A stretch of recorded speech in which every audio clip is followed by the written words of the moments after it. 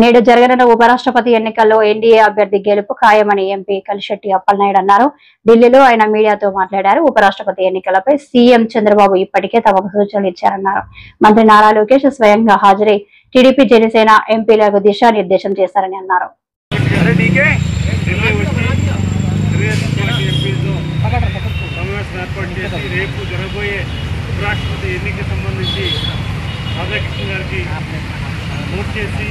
NDA కూటమికి మద్దతు తెలుపుమని వారు చెప్పడం జరిగింది.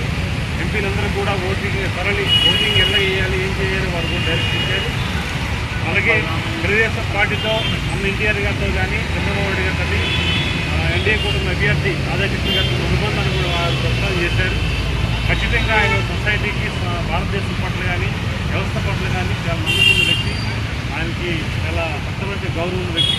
ఖచ్చితంగా వారిని మనం గెలిపించుకోవాలి, బాధ్యత మనపై ఉందని చెప్పారు. ఖచ్చితంగా వారు గెలుస్తున్నారు, భారీ మెజార్టీతో గెలుస్తున్నారు.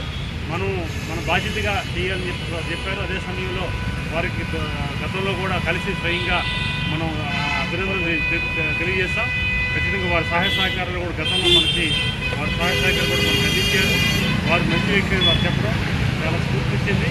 రేపు మేము 9:30కి మా పార్లమెంట్లో తెలుగుదేశం పార్టీ కార్యాలయానికి వెళ్ళి అక్కడే అందరూ కూడా కలిసి వెళ్ళి ఒకేసారి వెళ్ళి ఓటు వేయడానికి మేము నిర్ణయించుకున్నాం. చాలా ఆనందం అనిపిస్తుంది. ఎందుకంటే మేము ఒక తెలుగుదేశం పార్టీతో ఒక అనుబంధం ఉన్న వ్యక్తి మా ఉపరాష్ట్రపతి అవుతున్నారు. అలాగే వారు నాయకులు చంద్రబాబు నాయుడు గారి పట్ల కానీ తెలుగుదేశం పార్టీ పట్ల కానీ అన్న ఎన్టీఆర్ గారి పట్ల కానీ ఉన్న ఒక నిజమైన ఒక అవగాహన ఉన్న వ్యక్తి. అతి ముఖ్యంగా మన చంద్రబాబు నాయుడు గారు సోదరులు గౌరవనీయులు వారు ఎవరైతే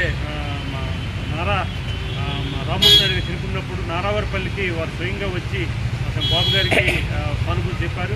అలాగే వారికి అనుబంధాన్ని కూడా ప్రస్తావన చేశారు.